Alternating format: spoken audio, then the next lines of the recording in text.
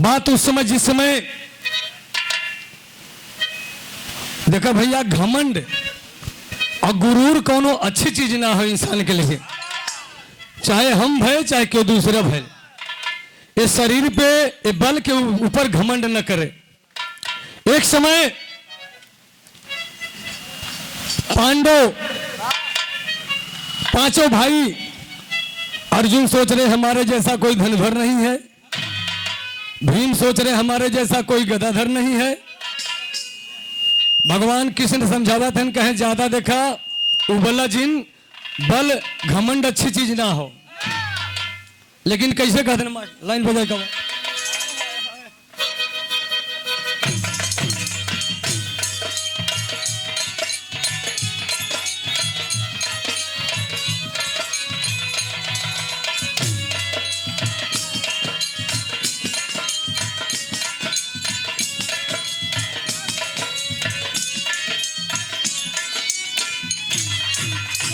भैया, कृष्ण भगवान अपन झोली झमोली ले लेहन, एक मदारी का रूप बना करके हस्तिनापुरी में पहुंच गए। जब हस्तिनापुरी में पहुंच गए, वहां देख रहे हैं दरबार लगा हुआ है। भेष बदल के जब कृष्ण भगवान पहुंच गए, कहे भैया आप कौन? कहे भैया तमाशा उमाशा दिखाए कि अपन पेट हम पालित है। हाँ, जैसे हम ही और निरहु भैया बाई तो तमाशा दिखावत है। कहे ठीक बात भाई, अपन तमाशा चालू करा। लेकिन भगवान कृष्ण अपन तमाशू का चालू करते, लेकिन कैसे? कहे मोहन ना ये भैया मोहन, मोहन भेष बदली के बनी गई लेना मादारी, या हो दुवरिया पांडव ज्ञानी के गए।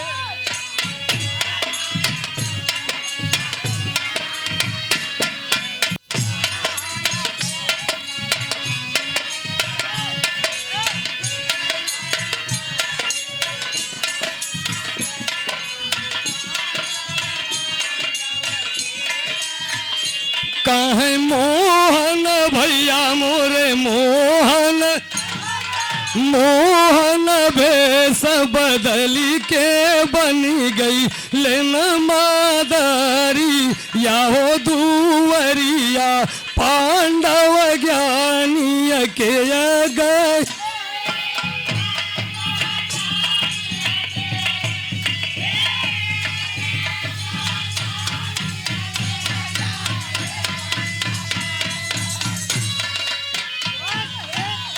कहे मोहन भैया मोरे मोहन ना हो, मोहन भेष बदली के बनी गई लेन मादारी, या हो दुवरिया।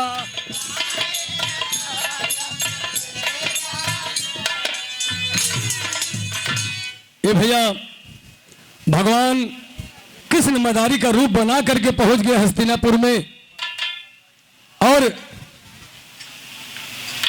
जिस समय हस्तिनापुर में पहुंचते हैं, खेला चालू कर दिया कृष्ण भगवान। लेकिन कैसे चालू हो तो खेला भैया, कहे जी सदम ना ये भैया जी सदम, जी सदम पहुंचा वहां मदारी। बाकेलाल पटेल, बाकेलाल बबूल, बाकेलाल पटेल रसूलपुर।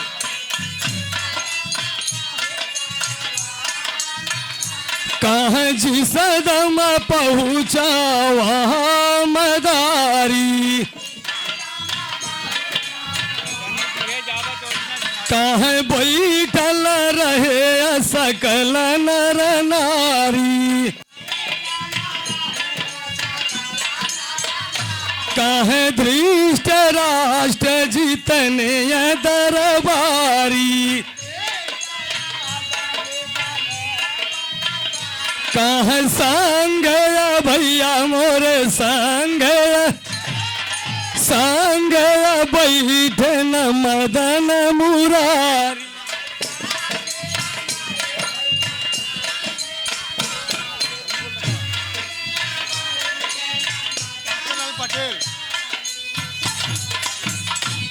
ये भैया जिस दम पहुंचा वहां मदारी, बैठा रहे सकल नर नारी, धीष्ट राज जितने दरबारी और संघे बैठे मदन मुरारी।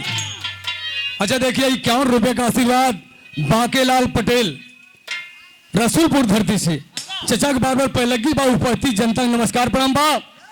और 11 रुपए का आशीर्वाद हमें बड़े भाई राम आश्रय प्रजापति रसूलपुर से, भैया के बार बार नमस्कार प्रणाम बा।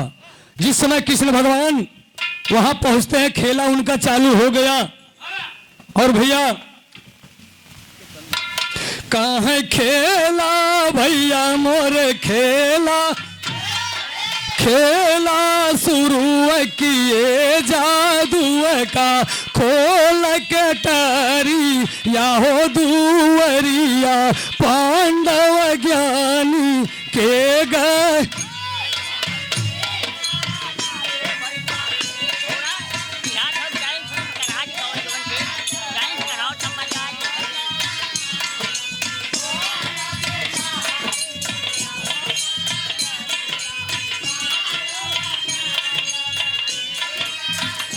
कहाँ खेला भैया मोरे खेला, खेला शुरू किए जादू का खोल पेटारी या हो दुवरिया, पांडव ज्ञानी के गए।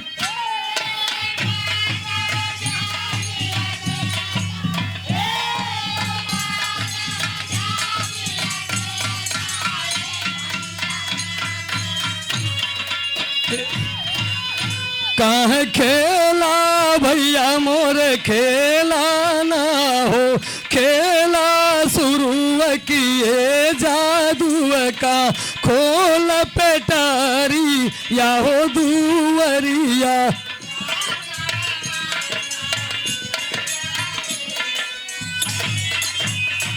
ये भैया खेला शुरू किए जादू का खोल पिटरिया हो दुवरिया, पांडव ज्ञानी के गए। जिस समय कृष्ण भगवान अपना झोली उतार करके सभा लगा करे राज दरबार में बैठ गए, खेला चालू कर दिए, तो भैया पहला जादू कृष्ण भगवान क्या दिखाते हैं हस्तिनापुर में। कहाँ है जादू भैया मोरे जादू, जादू से एक सरफ बनाई,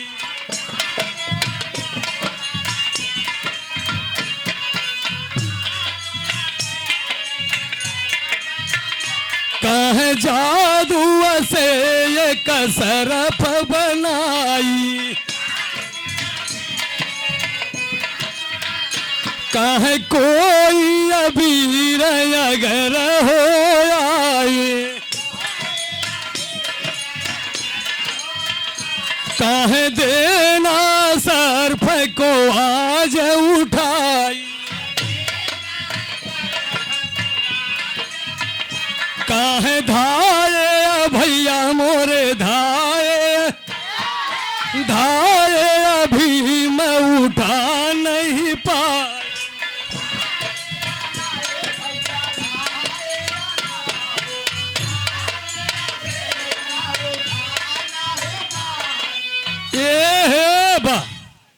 ये भैया जादू से एक सर्फ बनाई, कोई वीर अगर हो आए और देना सर्फ को आज उठाई, धाये भीम उठा नहीं पाए।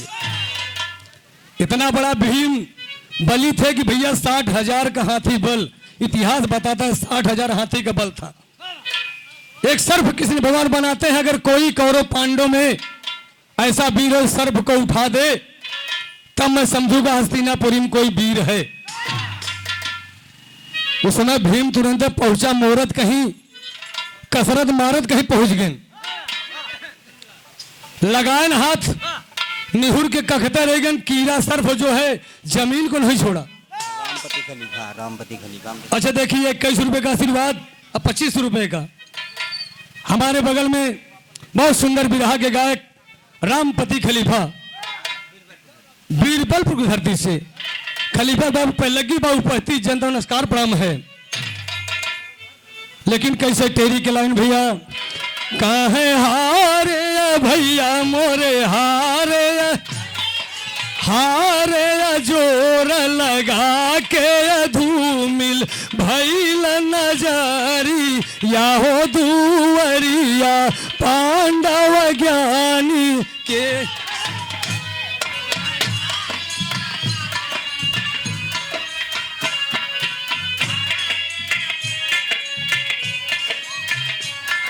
जय हो।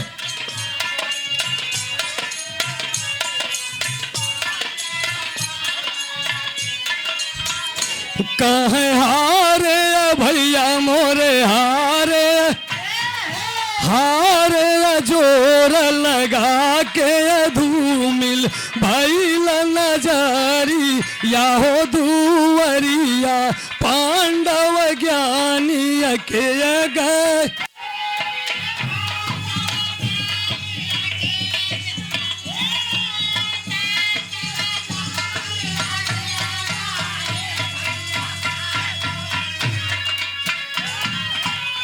कहे हारे भैया मोरे हारे ना हो, हारे जोर लगा के धूमिल भैल नजारी या हो दुवरिया पांडव ज्ञानी।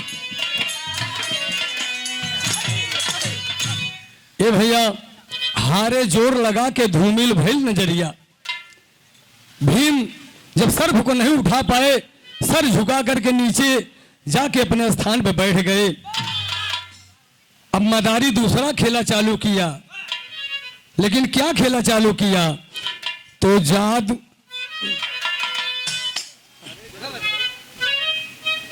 तो उस दम हुई हंसी अति भारी।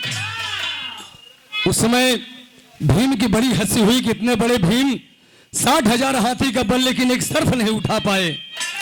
तो उस दम हुई हंसी अति भारी।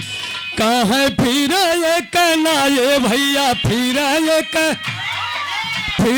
एक घोड़ा रचा मदारी।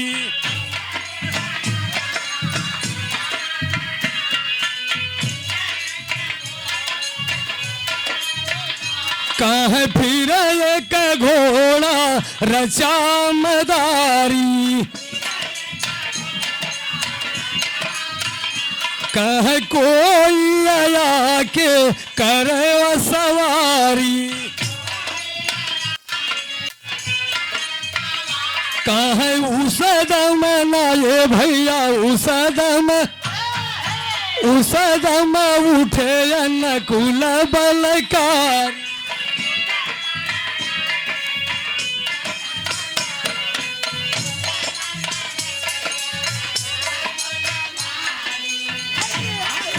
भैया के ना बता। अच्छा देखिए, बहुत सुंदर पुरस्कार रसूलपुर की धरती से हमारे चाचा पारसनाथ प्रजापति 21 रुपये का आशीर्वाद। चचा के बार बार पैलगी बा, लेकिन कौने लाइन बाटे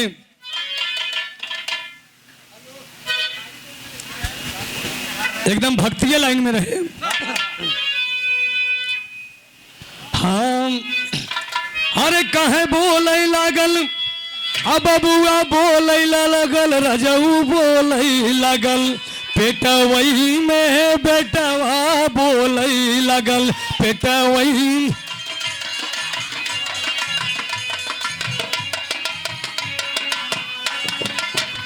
हाँ बोले लागल हो, बोले लागल, रजऊ बोले, पेटवई में बेटवा बोले लगल।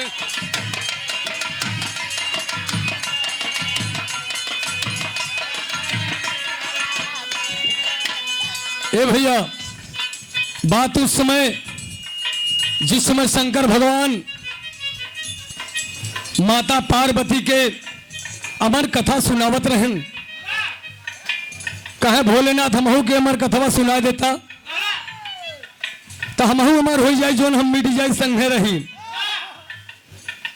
लेकिन जंगल में शंकर भगवान एक वृक्ष के नीचे बैठ के अमर कथा सुनाना चालू कर दिए। त्रिशूलिया घुमायल भैया, पूरा जीव जंतु जंगल पूरा खाली। एक सुग्गा अंडा दिया था घोंसले में, सुगवा तोड़ी के, लेकिन भैया अंडवा में जान पड़ गए रहल। यार माता जी अमर कथा आधा सुनी के बाद सोई गई। जब सोई गई अंडवा में से वो सुगवा हुकारी मार दो भाई बच्चवा। जब माता जी उठी सोई कहा भोलेनाथ सुनाया अमर कथवा, कहा पूरा हो गया तुम्हें पता है ना है, पूरा लंका जड़ के फूहर कहा लत्ता गन्हन, कहा हम तो सोई गए, कहा तो हुकरिया के मारे। भोलेनाथ निगाह देखा था तब तक अंडा फूट गया भैया। सुगवा तुरंत ही चला पड़ा है। कहे पंख दूनो झके झोरई लागल, पेटवई में बेटवा बोले लागल।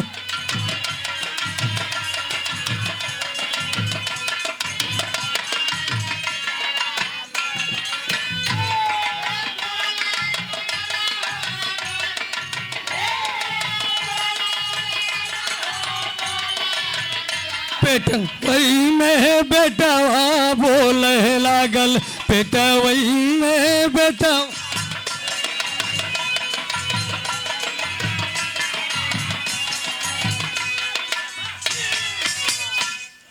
अच्छा भैया ये तो मनोरंजन, दोनों तरफ से दाल भात पे चटनी मिलत रहे।